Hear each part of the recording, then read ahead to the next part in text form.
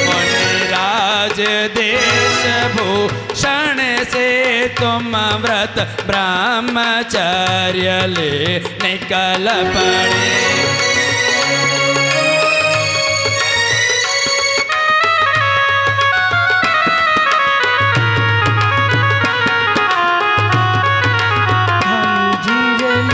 महाराजा जी रे लो चरिया गढ़ गिरनार बालाजी जानी जी जानी जानी जानी जी रे मुने हरी जी रे लो महाराजा जी रे लो झिंगने मैनार बालाजी।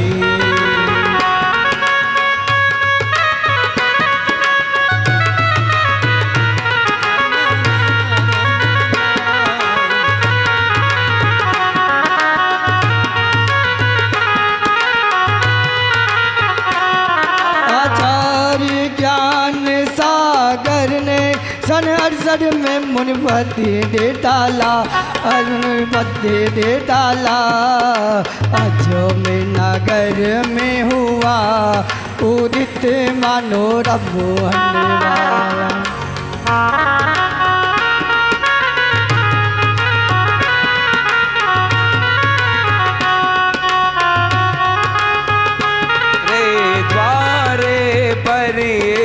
दर्श भिखारी आया है परिवार तुम्हारा सबका सब जिन पथ पर चलने वाला है वह भेद ज्ञान की छेनी से गिर कर्म काटने वाला है।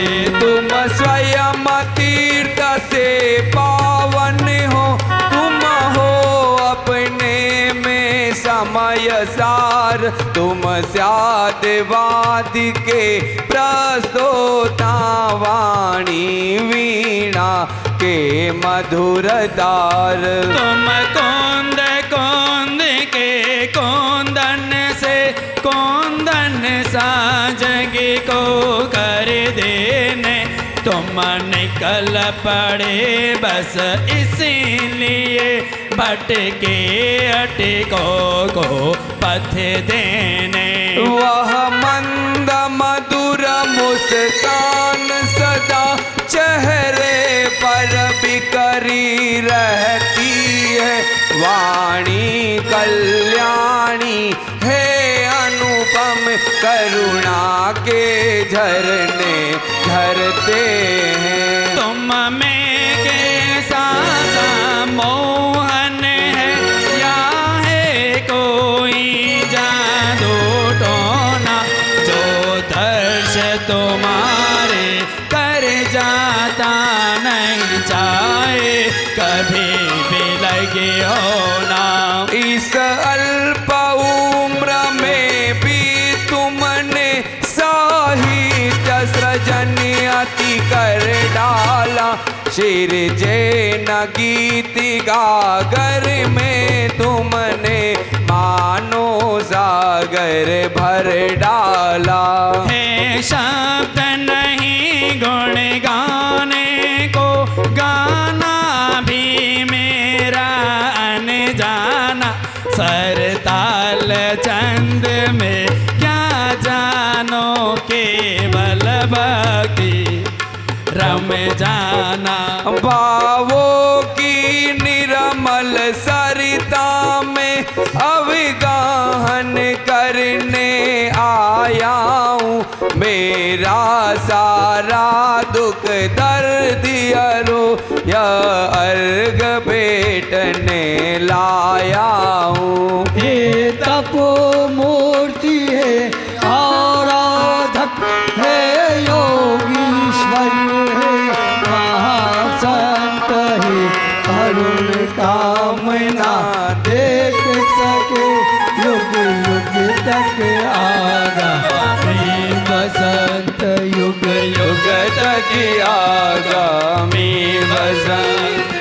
ओम रूम संत शिरोमणि आचार्य गुरु विद्यासागर मुनीन्द्राय पूरे संग से डोंगरगढ़ में साक्षात विराजमान है।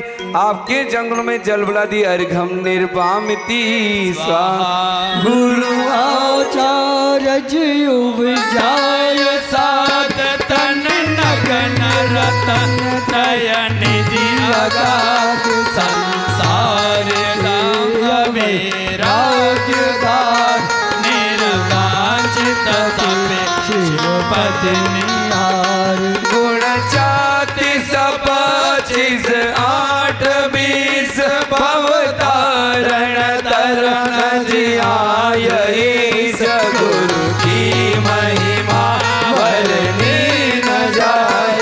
गुरु नाम जपो मन वचन काय, गुरु नाम जपो मन वचन काय। ओम ह्रीं श्रीं संत शिरोमणि आचार्य गुरु विद्यासागर मुनिराज के परम प्रभावक शिष्य मुनि विमल सागर जी महाराज साक्षात विराजमान है।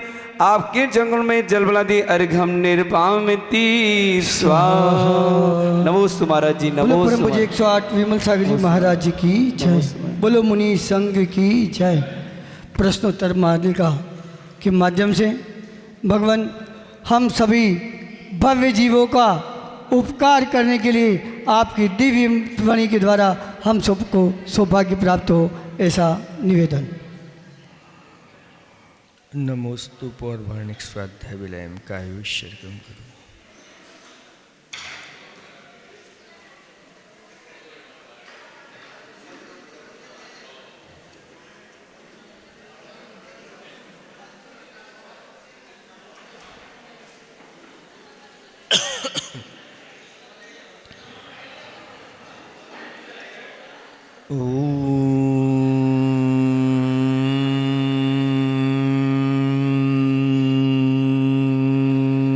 नमः सिद्धेभ्यः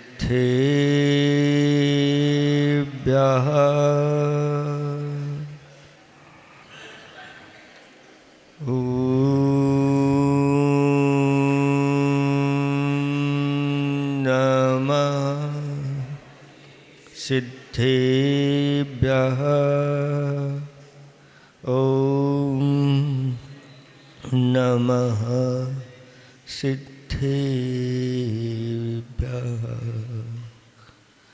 मंगलम भगवान वीरो मंगलम गौतमौगड़ी मंगलम कुंद कुंदाद्यो जैन धर्मोस्तु मंगलम सर्वमंगल मांगल्यम सर्वकल्याणकारकम पिदानं सर्वधर्माणां जैनं जयतु शासनम् पिणिपत्वर्धमानं विष्णुतरत्नमालिकां वक्षे नागनरामरवन्द्यं देवं देवादिपं वीरं।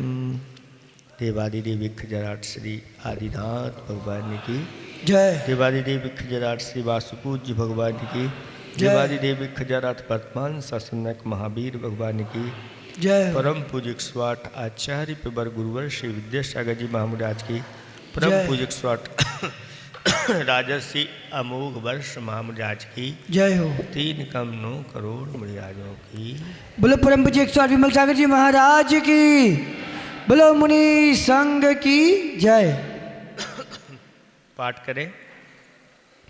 का खलु नालंक्रियते दिष्टादिष्टार्थ साधन पटीयान कंठस्थितया विमल प्रसन्नोत्तर रत्नमालिकया भगवन की मुपादेयं गुरुवचनं हेयमपि चाकिमकार्यं को गुरुरधिगत तत्त्वा सत्वहिताभ्युद्धताः सततं त्वरितं किं कर विदुषा संसार संतते छेदा किं मोक्षतरोर्बीजं सम्यक् ज्ञानं क्रिया सहितं किं पत्यधनं धर्मा का शुचिरेः यस्य मानसं शुद्धं तो विवेकी किं विस्मोधीरिता गुरुवा किं संसारे सारं बहुसोऽपि विचिन्त्यमानमिदमेव मनुजेषु दृष्टतत्त्वं सुपरहितायुदितं जन्म मदिरेकमोहजनका का स्नेहा के च दर्शवो विषया का भौवल्ली तृष्णा को वैरी नन्वनोद्योगा कस्मात् भय में मरना गन्धादपि को विशेष्यते हो यो ललना बाणैर्न च विथिता पातुं कर्णाञ्जलिभिः किममृतमिव बुध्यते सदुपदेशा मूलं यदि तदत् प्रार्थिनं नाम शस्त्रो यो न खण्डितस्तेने दारिद्र्यमसन्तोषेव किं लाघवं याञ्च किं जीवितमनबध्यं किं जाड्यं पाटवेप्यनभ्यासा को जागर्ति विवेकी का निद्रा मूढ़ता जंतो नीजल नलिनी दलगत जललौ किं तरलं यौवनं धन्मथायु केशधर कर निकरा नुकारिणा सज्जना इव को मूर्खो यह काले त्रिया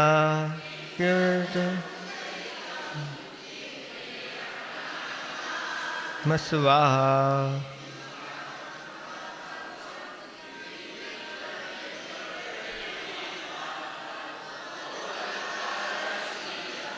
किं वाचां मंडनं सत्यं किमनर्थफलं मानस का सुखावहा मैत्री विसन विनाशे को दक्षा सर्वथा त्यागा कोन्धो यो कारीरता को बजरो या श्रुति न हितानि को मुको या काले प्रियाणि वक्तुं न जानाति।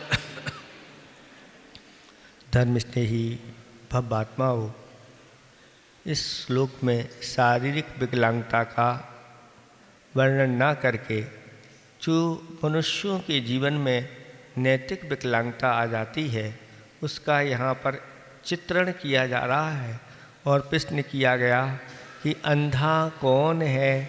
तो कहते हैं अंधा व्यक्ति जो अकारी में लगा हुआ है, ऐसा व्यक्ति वह अंधा है।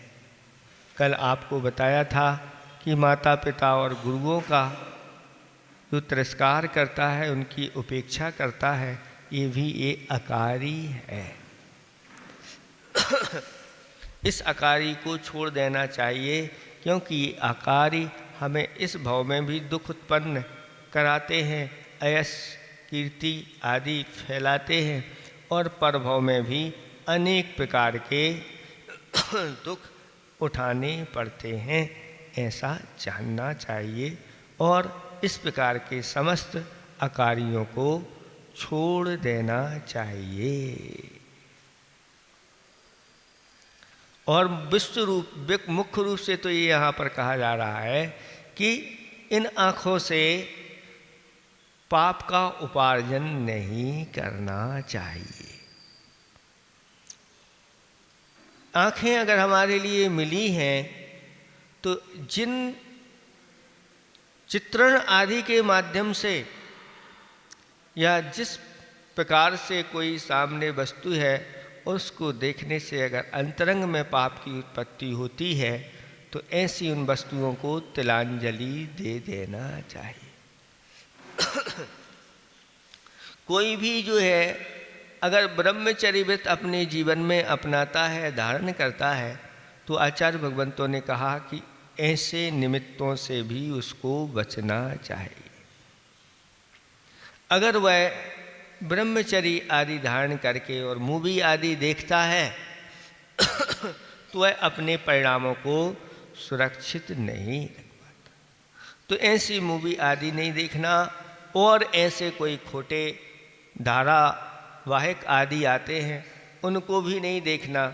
ऐसे कोई चित्रण आदि हैं उनको भी नहीं देखना चाहिए, बचना चाहिए, और इन आँखों का सदुपयोग करना चाहिए। जैनेतरों के यहाँ तो रामायण के बारे में आता है, और रामायण में जब सीता का हरण हो जाता है और सीता अपने आभूषण कुछ फेंक देती है निशानी के लिए कि एक आगे मान लो मेरी खोज करते हुए आएंगे तो उनको मिल जाएगा। तब खोज करते हुए सीता जी का कोई आभूषण राम के लिए प्राप्त हुआ, और लक्ष्मण जी से पूछा कि देखो ये क्या उनके ही आभूषण हैं, लग तो रहे हैं, क्या तुम बता सकते हो? तो लक्ष्मण जी कहते हैं कि मैं इन आभूषणों को नहीं पहचानता, मैंने तो सिर्फ उनके जो पैरों में बिछियाँ जो भी होती हैं आदि आदि, जब मैं उनके चरण छूता था तब उन चरणों पर मेरी दृष्टि चली जाती थी। बस यही आभूषण मुझे पता है और कोई जानकारी नहीं है। ऐसे भी आचार्य भगवान कहते हैं कि अपनी महापुरुष होते हैं, अपनी मर्यादा में रहते हैं और अपनी मर्यादाओं का उल्लंघन नहीं करते। इसलिए इन आँखों का कोई दुरुपयोग नहीं करना चाहिए, वही यहाँ पर अकारी रहता है, ऐसा जानना चाहिए। अब आगे प्रश्न आ रहा है, को बधरो यह शृणोति न हेतानि। बहरा कौन है? अभी अंधे की बात हुई थी, अब बहरे की बात हो रही है। बहरा कौन है? यह शृणोति न हेतानि, जो हित की बात नहीं सुनता। हित की बात अगर कोई बता रहा है तो उसको अच्छी नहीं लगती, समझ लेना ये कान वाला होकर के भी बहरा है, ऐसा यहाँ पर कहा जा रहा है। जो हित की नहीं सुनता, अहित की अगर कोई सुना दे और उसको कोई टाल दे, सुने नहीं, तो बहरा नहीं कहा जाएगा। लेकिन अगर हित की बात बताई जा रही है, ये तुम्हारे कल्याण के लिए है, सुन लो अच्छी तरह से, वह कहता है मुझे नहीं सुनना, तुम ही सुनो,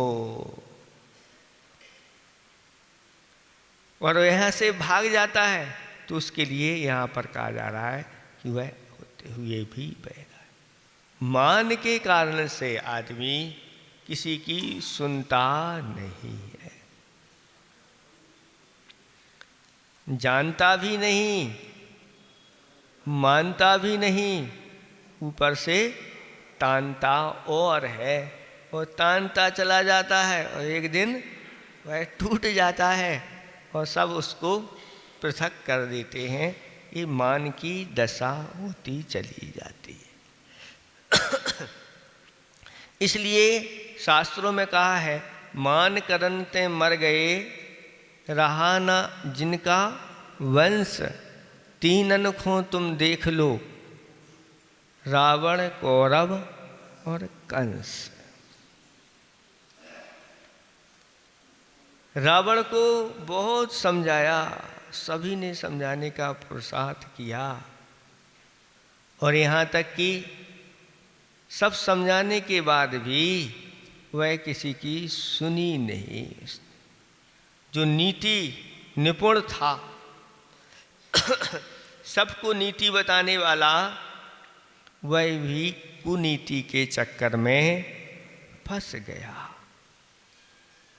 और उसने पर स्त्री का ऐसा रूप देखा कि वह सबसे पहले क्या हो गया, अंधा हो गया। और अंधा हो गया तो इस प्रकार का कार्य कर लिया। अब अंधा होने के बाद फिर लोगों ने सुना, उसको समझाया, तो वह मान में वह बहरा हो गया, वो किसी की नहीं। यहाँ तक कि वह कहता था कि यहाँ पर किसी का प्रवेश नहीं हो सकता, क्योंकि मैंने जो लंका बनाई है वह कहाँ बनाई है, समुद्र में अंदर जाकर के। पद्म पुराण के अनुसार देखें तो कहते हैं 400 कुछ ऐसे योजन अंदर जाकर के समुद्र में उसकी थी, और चारों तरफ से ऐसे नहीं कि सिर्फ बना ही दिया हो, चारों तरफ से कोट भी घेर करके बनाया है, और उसमें भी द्वारों पर ऐसे द्वारपाल आदि अनेक प्रकार के रक्षक लोगों को बिठाया। और भी ऐसे नहीं कि वहीं वहीं उस रास्ते से जहाँ जहाँ से रास्ते हैं वहाँ से भी कोई आता है तो बीच में पहले उनसे आप निपटिए, फिर आगे बढ़िए। और यह तो विद्याधर था, और उसे पता है कि ये जो राम और लक्ष्मण हैं ये तो भूमि गोचरी है, ये यहाँ पर कैसे आ सकते, नहीं आ सकते। लेकिन वो भी जब वहाँ पर पहुँच जाते हैं लंका में, और सब आमने सामने सब सेना तैयार हो जाती है, तो भी एक बार रामचंद्र जी समझाते हैं कि रावण अभी भी वक्त है, मेरी सीता मुझको लौटा दो, तुम्हारे लिए मैं माफ कर दूंगा। रावण कहता है मुझे माफ करोगे, हम देखते हैं। और युद्ध में ऐसी स्थिति हुई कि सबका संहार होता गया, अंत में रावण ही बचा, फिर भी वह मानने के लिए तैयार नहीं। तो बहरे लोगों के जो कान होते हैं वह बंद हो जाते हैं, सुनते नहीं।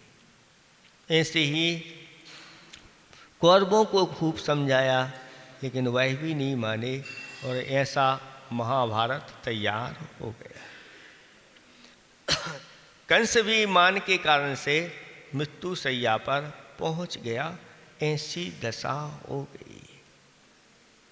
वर्तमान की दशा भी ऐसी है कि गुणीजन बड़े जन समझाते हैं और उनकी समझ में नहीं आती और अपनी मनमानी करते हैं। ऐसे लोगों के लिए भी कहा कि यह भी बहरे हैं, कान होते हुए भी ये सुन नहीं रहे हैं।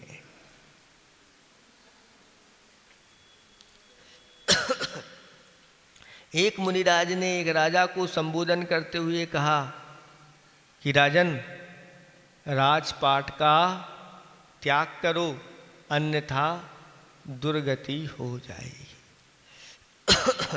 राजा ने मुनि का उपदेश नहीं माना, उसके फलस्वरूप वह मर करके अपने ही खजाने में सर्प हो गया।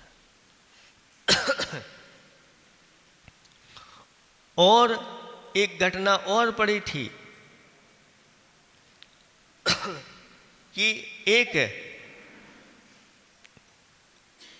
रानी ने अपने राजा को समझाया कि धर्म कार्य किया करो, सब इसी राजपाट में आप लगे रहते हो, और अगर इस प्रकार से इसी बोझा आदि ढोते रहोगे राजपाट आदि का, तो मर करके तुम ऊंट बनोगे। और हुआ यूं कि वह राजा मर करके ऊंट बन गया और रानी मर करके इसी राजा के राजकुमारी बन गई। और वह राजकुमारी का जब विवाह हुआ तो यह ऊंट जो वहीं पर था, इस ऊंट के ऊपर क्या जो भी सामग्री थी वह लाद दी गई और वह रास्ते में चलने लगा। लेकिन चलते चलते वह ऊंट रुक गया। क्यों? उसको जाति स्मरण हो गया कि मैं पहले राजा था और यह मेरी पत्नी थी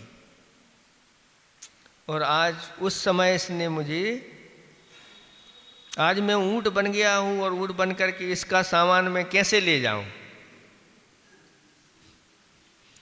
अब उसको लज्जा जैसी लग रही है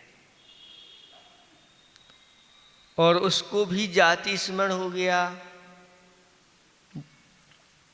तो वह विचार करती है कि इस कारण से ये नहीं जा रहे। तो कान में कहा, देखो मैंने तो उस समय आपको बहुत समझाया था कि धर्म कर लो, कुछ अच्छे कार्य कर लो अपने जीवन में, नहीं तो ये दशा प्राप्त हो जाएगी। अब तो इसी में ही सलामत है कि अब चुपचाप लदे चलो, नहीं तो सब में हम आपकी बात उजागर कर रहे हैं। अब उठने से कि आप क्या करते हैं भैया, आप तो चलो बस। ऐसी दशा हो जाती है, जो नहीं मानते हैं वह जाकर के बताते हैं कि बहुत सारे मतों की उत्पत्ति जो हुई है ये मान के कारण से ही हुआ करती है। कहीं से किसी से कुछ नहीं बनी तो बस अपनी अपनी, अब अपना हम अलग से ही चलाएंगे, रखे रहो आप अपना। और इस प्रकार से नए नए तैयार हो जाते हैं। उनको साथ देने वाले 2 4 10 20 हुए तो बस मत तैयार हो जाते हैं। और कोई जो भगवान ने कहा है उनकी बात भी मानने के लिए तैयार नहीं। भगवान की बात क्या मानेंगे, भगवान को भी मानने के लिए तैयार नहीं होते। जब भगवान को मानने के लिए तैयार नहीं होंगे तो भगवान की भी नहीं मानते। इसलिए इन कानों के माध्यम से अच्छे अच्छे कार्य कर लेना चाहिए। इन कानों का सदुपयोग कर लेना चाहिए। इन कानों के माध्यम से जिन वाणी का पान निरंतर करते रहना चाहिए। आगे इस प्रकार के श्लोक प्रश्न आ चुके हैं, उन प्रश्नों को भी हम बता चुके हैं। हे बब्बात्माओं, जब एक पशु भी उपदेश के माध्यम से वह क्या हो जाता है, उलझा हुआ पशु भी सुलझ जाता है। ऐसे बहुत सारे उदाहरण हैं कि सिंह जैसा क्रूर प्राणी भी, उसकी भी कसाएं मंद हो जाती हैं और वह भी अपने जीवन में व्रतों को अंगीकार कर लेता है और सिंह भी आगे जाकर के महावीर भगवान के रूप में उत्पन्न हो गया था। तो अच्छी तरह से जिनवाणी का पान कर लेना चाहिए। इस तरह से यह हो गया। इस संबंधी किसी को कुछ पूछना तो नहीं, तो अगला प्रश्न और करते हैं। अगला प्रश्न देखें। को मूको, मूक कौन है? मुख, मुख जानते हैं आप लोग? गूंगा, गूंगा कौन है? तो उत्तर दिया जा रहा है, यह काले जो समय पर प्रियाणि वक्तुम न जानाति। जो समय पर यानी अवसर पर प्रिय यानी शिष्ट वचन ना वक्तुम बोलना नहीं जानता है, ऐसा वह व्यक्ति गूंगा है। समय पर अच्छे वचन जो बोलना नहीं जानता, उसके लिए बोलता तो रहता है और समय पर अच्छे वचन नहीं बोलता, तो उसके लिए गूंगा कहा गया। इसलिए इन वचनों को समय पर बोलना चाहिए, ऐसा कहा गया है नीतिकारों ने। प्रिय वाक्य प्रदानेने सर्वे तुष्यन्ति जन्तवः, तस्मात् तदेव वक्तव्यं वचने का दरिद्रता। प्रिय वचन बोलने से सभी जीव कैसे हो जाते हैं? संतुष्ट हो जाते हैं। सभी को आनंद की अनुभूति होती है। इसलिए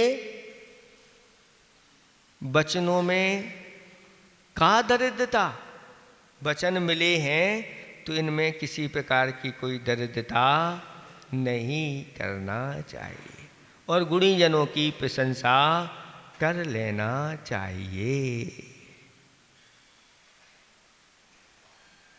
और अगर इस जिह्वा का हमने सही सही सदुपयोग नहीं किया तो आचार्य भगवान कहते हैं आगे जाकर के ऐसे भी पर्याय उत्पन्न हो सकती है, ये जिह्वा ना मिले। एक इंद्री पर्याय में भी उत्पन्न हो जाते हैं। देव एक इंद्री भया, देव एक इंद्री हो जाता है, पंचेंद्री हो करके, जिसने अपनी इस जिह्वा को भगवान की भक्ति पूजा आराधना में नहीं लगाया और निरंतर वह अपने पुण्य को समाप्त करता रहता है और पाप का संचय करता रहता है। ऐसा व्यक्ति वह फिर एक इंद्री जाति में उत्पन्न हो जाता है। इसलिए इन वचनों में किसी प्रकार से कोई वो नहीं कर। वैसे तो हम घंटों बोलते रहते हैं, इधर उधर की बात छिड़ जाए संसार की तो अब घंटों प्रवचन, कब एक एक दो दो घंटे निकल जाए पता नहीं चलता। और इधर अच्छे वचन जब बोलने की बात आए तो मौन हो जाओ।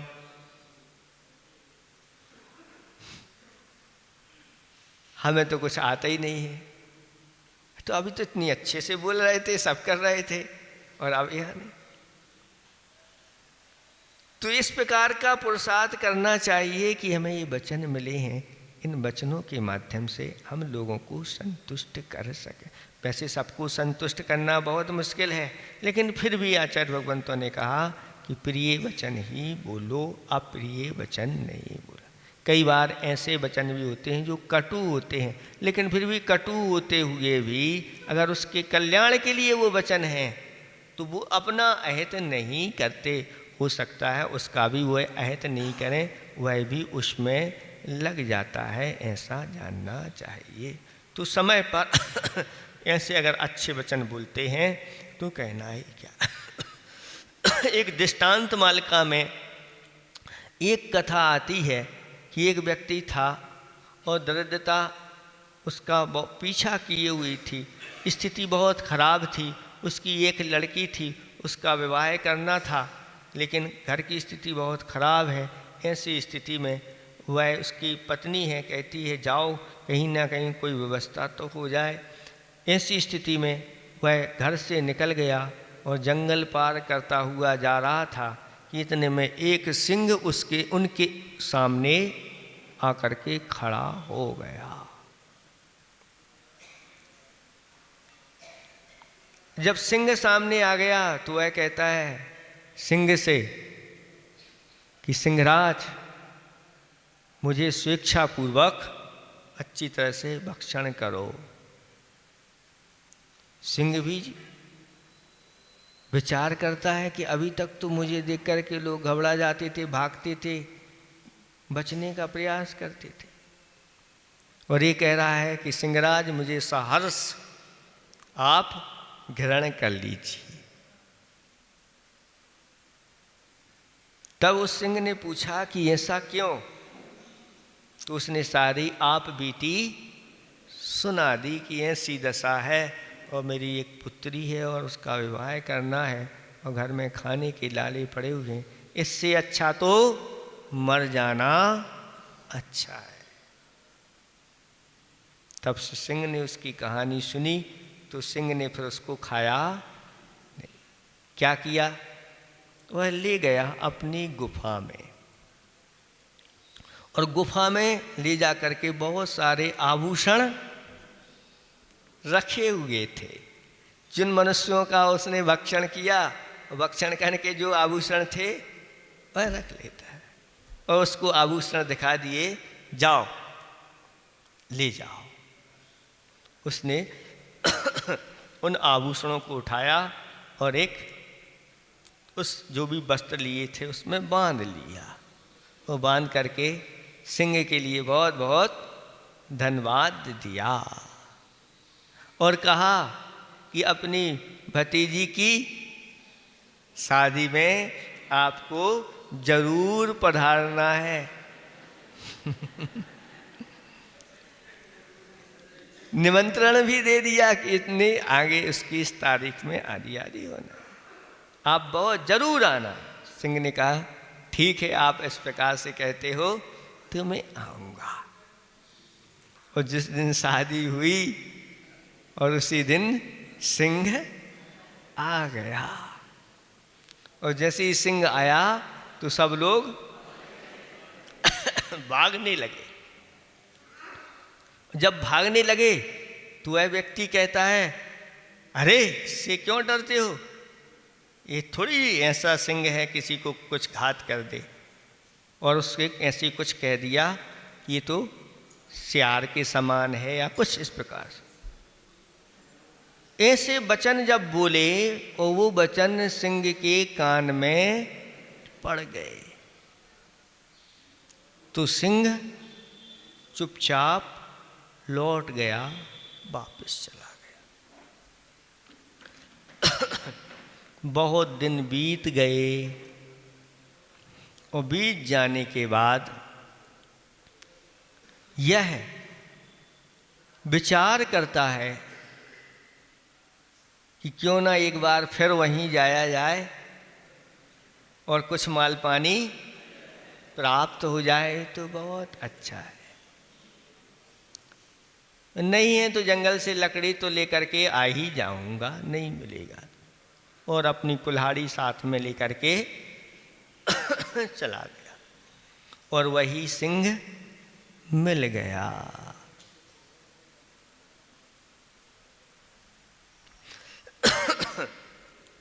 और उस सिंह से फिर प्रार्थना की कि मुझे कुछ फिर स्थिति खराब हो गई है। तो सिंह कहता है कि ऐसे मैं नहीं दूंगा। पहले ये जो कुल्हाड़ी है, इस कुल्हाड़ी का एक बार मेरे ऊपर वार करो, फिर मैं तुम्हें दूंगा। उसने कुल्हाड़ी का वार किया और कहा जो कुछ चाहिए हो ले जाओ, और फिर वह चला गया। और फिर कुछ समय बाद फिर एक बार फिर पुनः सिंह के पास पहुंच जाता है और सिंह के सामने वह फिर अपनी भावना रख देता है। तो सिंह कहता है अब मैं तुम्हें छोड़ूंगा नहीं, अब मैं तो तुम्हारा भक्षण करूंगा, अब बच करके नहीं जा सकते। तो वह कहता है कि ऐसा क्यों? तो वह कहता है देखो तुमने हमारे जो सिर पे कुल्हाड़ी मारी थी उसका घाव दिख रहा है कि नहीं?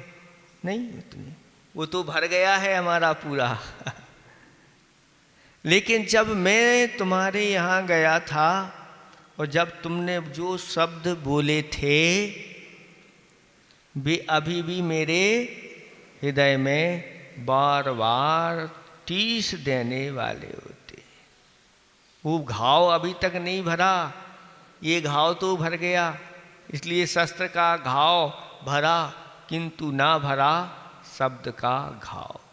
शस्त्रों के घाव फिर भी भर जाते हैं, लेकिन शब्द के घाव भरते नहीं हैं। इसलिए यहाँ पर कहा जा रहा है कि समय पर जो मधुर वचन नहीं बोलना जाता, ऐसे अवसर पर मधुर वचन बोलता तो आगे जा कर के बहुत कुछ, लेकिन ऐसे नहीं बोले तो आगे जा कर के सिंह ने उसका भक्षण कर लिया, ऐसी दशा हो जाती है। इसलिए वचनों को हमेशा हमेशा तोल मोल करके, वचन अमृत भी होते हैं और वचन विष भी होते हैं। वही वचन विष का काम करते हैं, और अगर समय पर किसी को वह वचन बोल दिए जाए तो उसके जीवन में वह अमृत का काम करते हैं। आचार्य जी ने एक हाई को लिखा है, आधी रात को विभीषण आ मिला, राम राम थे। आधी रात को विभीषण आ मिला, राम राम थे। राम राम थे, इसका अर्थ क्या है? जब विभीषण राम के पास अर्धरात्रि में आया और खबर पहुंचाई गई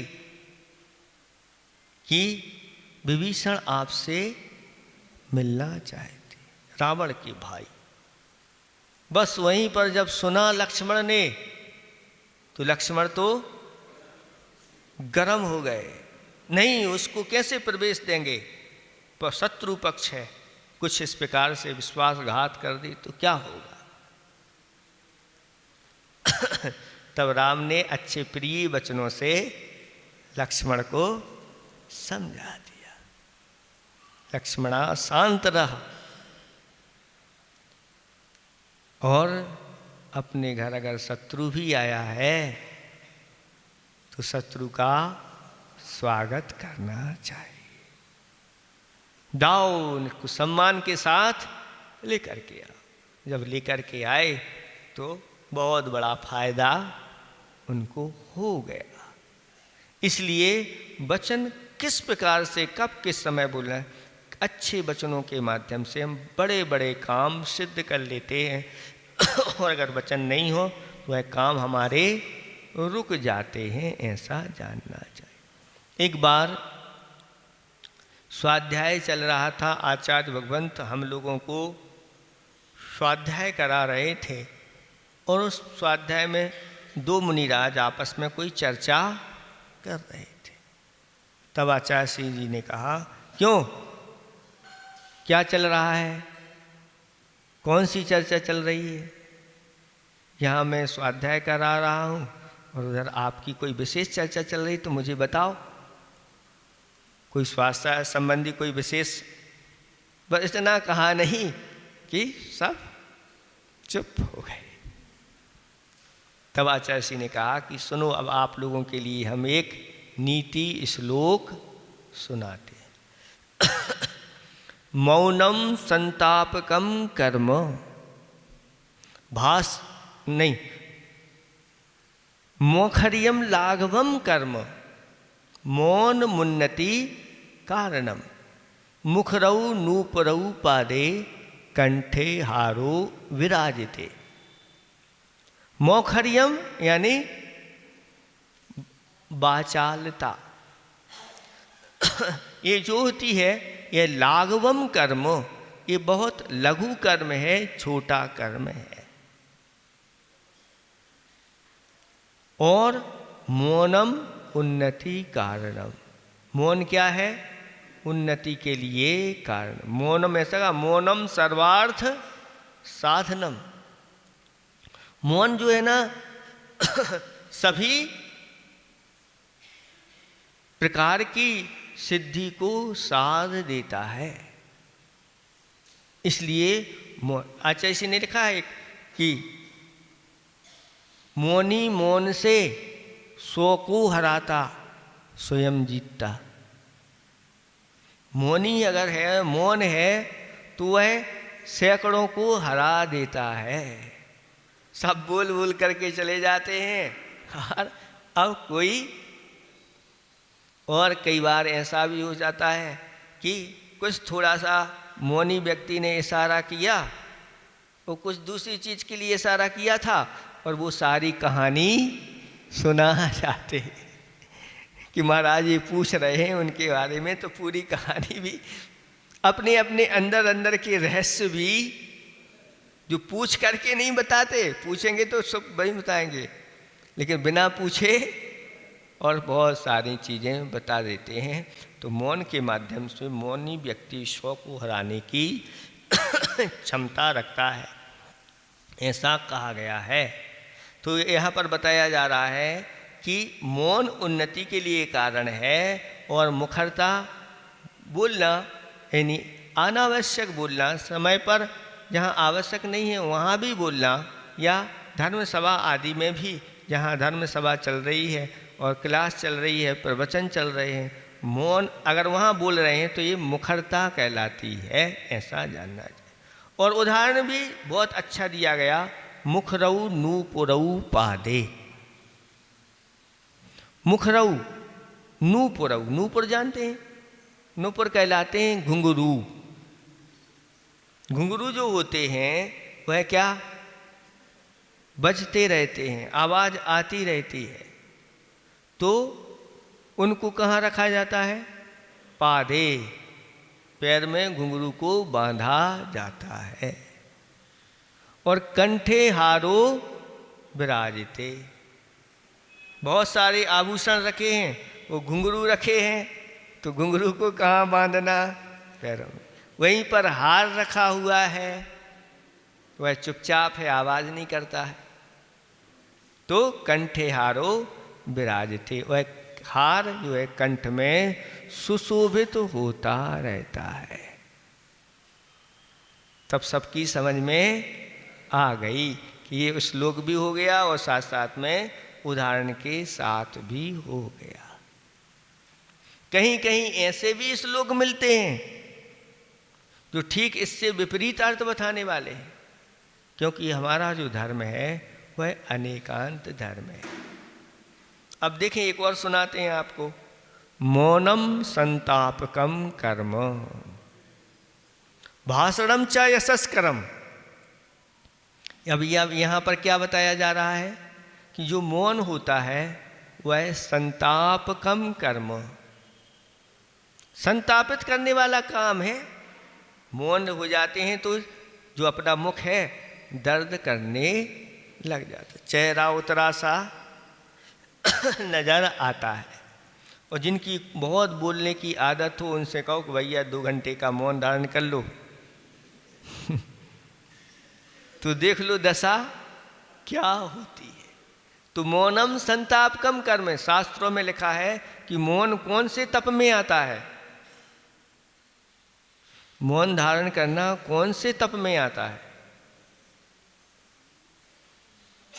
तो कहा काय क्लेश तप में आता है। काय क्लेश तप में अगर बोले नहीं तो शरीर को कष्ट होने लगता है, मुख को कष्ट होने लगता है। अगर 10-5 मिनट बोल लिया तो ताजगी आ जाती। तो मौनम संतापकम कर्म भाषणम चा यशस्करम। और अगर 15 मिनट भाषण अच्छे से दे दे तो तालियां बज जाती हैं। इसलिए भाषण जो होते हैं, उपदेश प्रवचन आदि होते हैं, वह क्या यशस्करम, यश के लिए कारण होते हैं। तप्पेते पादुके पादई। अब इसके लिए भी उदाहरण दिया कि जो पादुकाएं होती हैं वो पादुकाएं आवाज नहीं करती, तो कहाँ उनका स्थान है?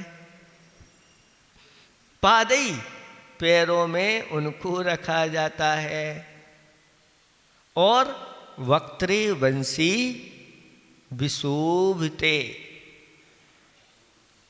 वक्त्रे यानी मुख पर, बंसी, बंसी आवाज करती है। तो कहाँ शोभती है वो? मुखे, वक्त्रे। वह वक्त्र यानी मुख के ऊपर उसको रखा जाता है और वह जब बचती है तो लोग भी आनंदित होते रहते। तो आचार्य भगवान ये कह रहे हैं कि कहीं तो मौन रहना अच्छा है और कहीं बोलना अच्छा है। और जहाँ मौन रहना अच्छा हो और वहाँ बोलने लग जाओ तो वहाँ कोई कीमत नहीं होती। और जहाँ कीमत बोलने की होती है वहाँ अगर बोलने लग जाओ, सारी सभा आई है, इंतज़ार कर रही है कि महाराज बोलेंगे और बोलते हैं और 10-15 मिनट भी अगर उनको उपदेश दे देते हैं, बढ़िया अपना काम हो गया कि महाराज आए, बोले भी, उपदेश भी दिया, अच्छा उपदेश दिया और हम अच्छे कार्य में लग गए, तो हमेशा हमेशा उस उपदेश को याद रखते हैं। इसलिए यहाँ पर कहा जा रहा है कि अवसर अगर मिला है कहीं बोलने का और वह सबके लिए शुभकर है, अच्छे के लिए कारण है, तो बोल लेना चाहिए। कई बार शास्त्रों में ऐसा भी वर्णन किया गया है कि जहाँ पर धर्म का नाश हो रहा है और अब क्रियाएं ही नष्ट हो रही हैं, ये सब अपनी क्रियाओं को जो अपने जैन कुल की योग क्रियाएं होती हैं उन क्रियाओं को नष्ट करके और ऐसे खोटी क्रियाओं में लग गए हैं और सही सही क्रियाओं का नाश हो रहा है और धर्म का नाश हो रहा है।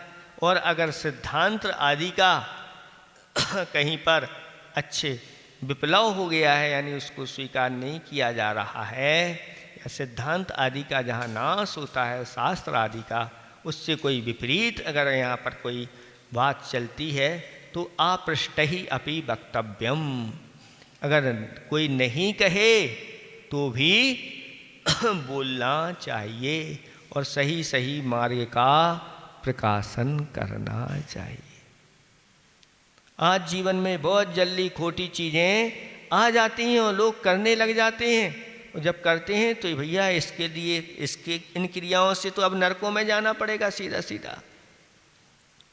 नरक और तंच गति में ले जाने वाली ये क्रियाएं हैं, आपके योग्य नहीं हैं, इसलिए इनको जल्दी से जल्दी छोड़ दो, नरकों और तिरंचों में जाने से बचना है और फिर पुनः सही सही क्रियाओं को पकड़ लो।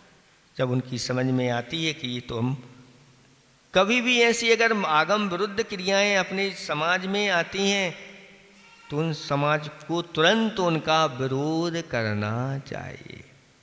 तुरंत विरोध कर दोगे तो बस बात वहीं की वहीं समाप्त होती है, आगे नहीं बढ़ती। फिर अगर जब आगे बढ़ जाती है तो फिर बहुत पुरुषार्थ करना पड़ता है जब वह कुरीतियाँ समाप्त हो पाती है। नहीं तो एक बार बैठ गई कुरीतियाँ तो वही उसी को ही लोग अच्छा मानने लग जाते हैं, ऐसा जानना चाहिए। देखो अंजना जो थी वह सही समय पर नहीं बोली तो क्या हुआ, 22 वर्ष तक वह पति का वियोग। वहाँ गया वह पवनंजय और सुन रहा था और उधर चर्चा चल रही थी, अगर वह बोल जाती तो इस प्रकार की स्थिति। इसलिए कहाँ पर बोलना कहाँ पर नहीं बोलना, इसका विवेक जिसके अंदर आ जाता है वही व्यक्ति सफलता प्राप्त करता है। इसलिए अपनी वाणी को वीणा बनाना चाहिए, अपनी वाणी को बाण नहीं बनाना चाहिए। बाण और वीणा में ये बाण लिखा है और वीणा, एक ऊपर चढ़ा दो और एक लाइन यहाँ खींच दो तो वीणा हो जाती है, और ये जो यहाँ का है एक डंडा और एक ऊपर की मात्रा अलग कर दो तो वह फिर बाण बन जाता है, और जो बाण जो होता है वह दूसरों को पीड़ा पहुँचाता है। ऐसे ही वाणी जब अमृत का काम करती है तो वह वीणा बन जाती है, और जब वह वाणी विष का काम करती है तो बाण बन जाती है, ऐसा जानना चाहिए। किसी ने एक बहुत अच्छी कोटेशन लिखा था कि सांपों के मुकद्दर में वो जहर कहाँ,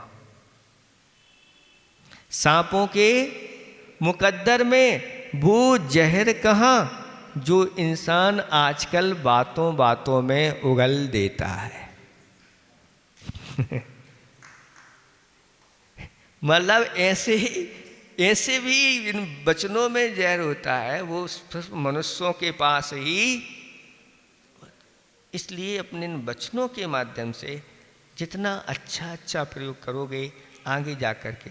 बहरे, शास्त्रों में आता है कि बहरे क्यों होते हैं, गूंगे क्यों होते हैं, अंधे क्यों होते हैं। तो ये सब की चीज़ें जो है ना बताई कि जो अंधे वो होते हैं जो इन आँखों के माध्यम से विषय भोगों की सामग्री ही ढूंढते रहते हैं और किसी की खोटी क्रियाओं को देख कर के वो दुनिया में उन खोटी क्रियाओं को उजागर करते रहते हैं दूसरों की।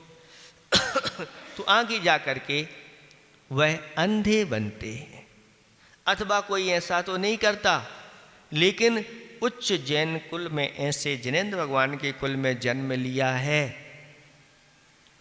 तो ऐसे व्यक्ति अगर जिनेंद्र भगवान के दर्शन नहीं करते तो वह आगे जाकर के अंधे होते हैं। अथवा ऐसा कहा गया है कि ऐसे लोग अगर मान लो आँखों वाले बन गए तो फिर ऐसी पर्याय उनको प्राप्त होती है जिनको दिन में नहीं दिखता, दिन में अंधे जैसे वह हो जाते और रात में उनके लिए दिखता है। उल्लू की पर्याय है, चमगादड़ आदि की पर्याय है, ऐसी पर्याय में जाके। और ऐसे बहुत सारे मंदिरों में चमगादड़ें आदि होती हैं, तो ये समझ लेना ये भगवान की यहाँ क्यों हुई, दूसरी जगह क्यों नहीं हुई। तो कुछ ना कुछ तो पूर्व में संबंध इनका रहा है। ये मंदिर आदि नहीं आए और रात में भोजन आदि करते रहे, या रात में अनेक प्रकार के ऐसे कार्य जिनको निषेध किया गया है, तो बस अब स्थिति ऐसी है कि वह 24 घंटे, पहले तो 1 घंटे के लिए भी, आधा घंटे के लिए भी, 1 मिनट के लिए भी मंदिर आने की फुर्सत नहीं थी, लेकिन कर्म ने सजा दी बेटा, अब तुम जब दिन रहेगा उजीला रहेगा तो तुम्हें भगवान देखेंगे नहीं, भगवान के पास रह करके भी भगवान के दर्शन नहीं होंगे, ऐसी स्थिति हो जाती है। तो इन सारी चीज़ों से बचना चाहिए। इस तरह से आपका प्रसंग पूर्ण हो गया। तत्संबंधी किसी को कुछ पूछना हो तो पूछ सकते हैं, नहीं तो इसकी पद्यानुवाद करके समाप्त करते हैं। जग में अंधा कौन रहा है, जो निंदित दुष्कार्य करे, कौन रहा बहरा इस जग में, जो निज हित ना सुना करे। गूंगा कौन कहा जाता है, मुख होकर भी इस जग में, मिष्ट वचन जो नहीं बोलता, कभी यहाँ शुभ अवसर में। शुभ अवसर पर तो कम से कम अच्छे वचन बोल लेना चाहिए। बस जल चंदन अक्षत फूल चरूचत, दीप धूप फल अति लावे पूजा।